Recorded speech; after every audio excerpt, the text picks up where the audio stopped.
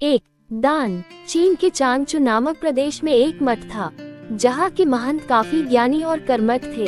एक दिन उन्होंने अपने शिष्यों को बुलाकर भगवान बुद्ध की मूर्ति बनवाने की इच्छा प्रकट की और महंत ने अपने शिष्यों से कहा, इस कार्य के लिए आप सभी घर घर जाकर धन संग्रह कीजिए। धन संग्रह करते वक्त किसी से भी बल या अपशब्दों का प्रयोग ना करें, जो वे अपने मर्जी या इच्छा अनुसार दे वही ले, और इस शुभ कार्य हेतु धन भी शुद्ध ही होना चाहिए। अपने महंत के आज्ञा का पालन करते हुए सभी शिष्य अलग अलग दिशाओं में निकल पड़े और इस कार्य को करते हुए एक शिष्य को टिन्नू नाम की एक बालिका मिली और उसके पास एक सिक्का था। जब उसे भगवान बुद्ध की प्रतिमा की मूर्ति निर्माण के धन संग्रह के बारे में पता चला, तभी उसने श्रद्धावश अपना सिक्का दान करना चाहा, किंतु शिष्य ने उसे अति तुच्छ समझकर लेने से इनकार कर दिया। कुछ दिन बाद सभी शिष्य धनराशि लेकर मठ में एकत्रित हुए और महंत ने मूर्ति का निर्माण आरंभ करवाया, परंतु बहुत प्रयास के बाद भी मूर्ति संपूर्ण नहीं हो पा रही थी और हर बार कोई ना कोई कमी जरूर रह जाती थी। इस पर महंत को संदेह हुआ और उन्होंने अपने शिष्यों से धन संग्रह के बारे में पूछा। तभी सभी शिष्यों ने बारी बारी से अपने अनुभव सुनाए। इसी तरह सामने उस बालिका टिन्नू का प्रसंग आया तो महंत पूरी बात समझ गए। महंत ने शिष्य को उसकी गलती के बारे में बताया और शिष्य अब उस बालिका के पास गया और उससे माफी मांगते हुए उसके सिक्के को आदर पूर्वक ले लिया और वह सिक्का लेकर मठ आया। महंत ने उस सिक्के को अन्य धातुओं के घोल के साथ मिला दिया और सहज ही एक अति सुंदर मूर्ति का निर्माण हुआ। गौतम बुद्ध की मूर्ति की यह कहानी श्रद्धापूर्ण दान के महत्व को प्रस्थापित करती है। शिक्षा। दान अल्प मात्रा में किया जाए, पर यदि वह संपूर्ण श्रद्धा भाव से किया गया तो जरूर सार्थक रूप में प्रतिफलित होता है और असीम पुण्यों का प्राप्त करता है। 2. बुद्ध की शिक्षा। एक गांव में एक छोटी सी नदी थी, उसके दोनों किनारे की तरफ लोग रहते थे।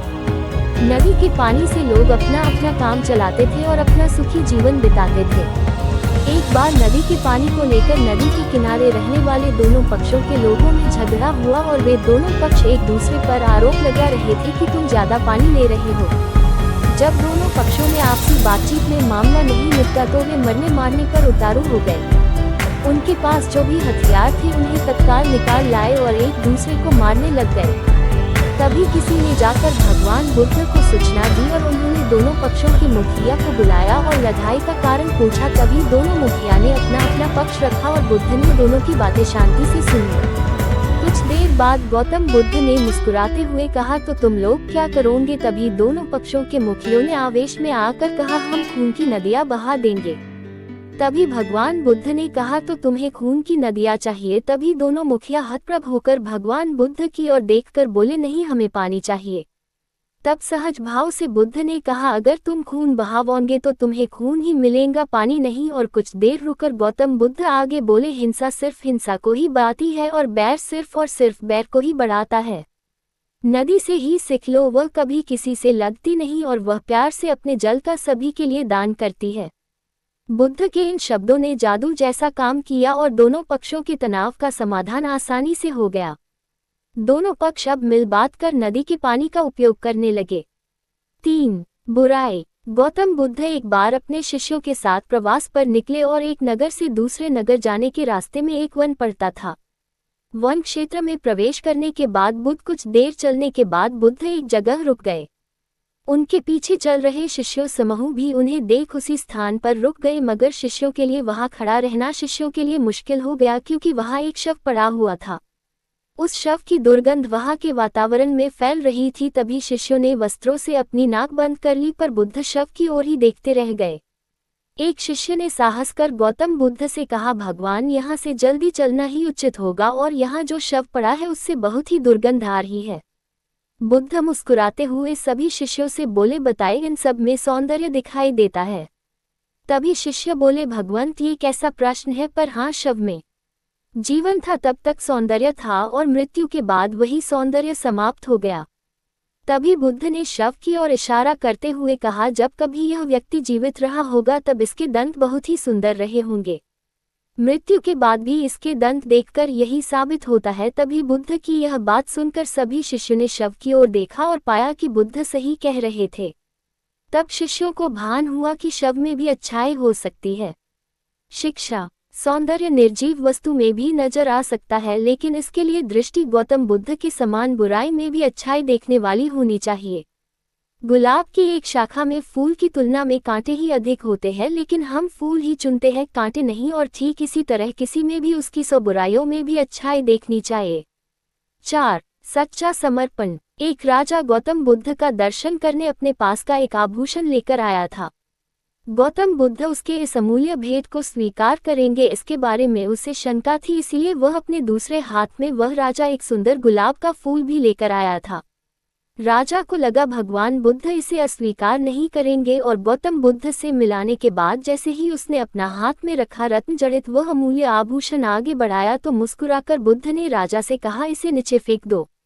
राजा को बुद्ध की यह बात सुनकर बुरा लगा और उसने वह अमूल्य आभूषण जमीन पर फेंक दिया, पर उसने अपने दूसरे हाथ में पकड़ा हुआ सुंदर गुलाब का फूल बुद्ध को देने के लिए अपना हाथ आगे किया, और उसने सोचा कि गुलाब में सुंदरता और कुछ आध्यात्मिकता शामिल है, तो बुद्ध इस गुलाब के फूल को जरूर स्वीकार करेंगे। तभी बुद्ध ने राजा से कहा, इसे नीचे गिरा दो। अब राजा परेशान हुआ, वह बुद्ध को कुछ देना चाहता था, पर अब उसके पास बुद्ध को देने के लिए कुछ बचा नहीं था। तभी उसने स्वयं का ख्याल आया और राजा ने सोचा कि वस्तु भेंट करने से अच्छा है कि मैं अपने आप को ही भेंट कर दूं। इस बात ख्याल आते ही राजा ने अपने आप को बुद्ध को भेंट करना चाहा। तभी बुद्ध ने राजा से फिर कहा, नीचे गिरा दो।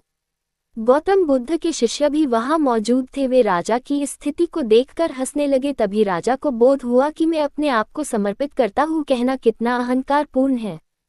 मैं अपने को समर्पित करता हूँ ये कहने में समर्पण नहीं हो सकता, क्योंकि मैं तो बना हुआ है, और वह समर्पण कहाँ हुआ। इस बोध के साथ राजा स्वयं बुद्ध के पैरों पर गिर पड़ा। 5. मृत्यु। एक बार गौतम बुद्ध के शिष्य ने उनसे पूछा, भगवंत आपने आज तक ये नहीं बताया कि मृत्यु के बाद क्या होता है। तभी बुद्ध उसकी बातें सुनकर मुस्कुराए और उन्होंने शिष्य से पूछा, पहली मेरी एक बात का जवाब दो। सोचो, अगर कोई मनुष्य रास्ते से कहीं जा रहा हो और अचानक से जहर भरा तीर उसके शरीर में आकर लग जाए तो उसे पहले क्या करना चाहिए? पहले शरीर में घुसे तीर को निकालना चाहिए, या फिर तीर किस ओर से आया है और किसे लक्ष्य कर मारा है ये देखना चाहिए? शिष्य ने कहा, पहले तो शरीर में घुसे तीर को बाहर निकालना चाहिए, नहीं तो जहर पूरे शरीर में फैल जाएगा। बुद्ध ने शिष्य से कहा, बिल्कुल ठीक कहा तुमने। अब ये बताओ कि पहले इस जीवन के दुखों के निवारण का उपाय किया जाए, मृत्यु की बाद की बातों के बारे में सोचा जाए, और जो हमारे वश में है ही नहीं उसका विचार ही क्यों करना, और किसकी मृत्यु कब आएंगी यह सिर्फ परमात्मा जानता है, और मनुष्य के हाथ सिर्फ कर्म करना है। मनुष्य को उन विषयों के बारे में सोच के अपना वक्त बर्बाद करना ही नहीं चाहिए, और मनुष्य को सिर्फ उन बातों के बारे में सोचना चाहिए जो वह कर सकता है। शिष्य अब समझ चुका था और उसकी जिज्ञासा अब शांत हो चुकी थी। शिक्षा। मनुष्य को उन बातों के बारे में सोचकर अपना समय नहीं बिताना चाहिए जिस पर उसका कोई जोर ही नहीं हो, और हमेशा उन बातों के बारे में ही विचार करे जो अपने परेशानियों को कम कर सके। आपको गौतम बुद्ध की कहानियाँ कैसी लगी हमें कमेंट करके के जरूर बताएं, और ऐसे ही अच्छी कहानियाँ Gautam Buddha long motivational story in Hindi पढ़ने के लिए हिंदी की स्टोरी के साथ जुड़ते रहे। आपका धन्यवाद।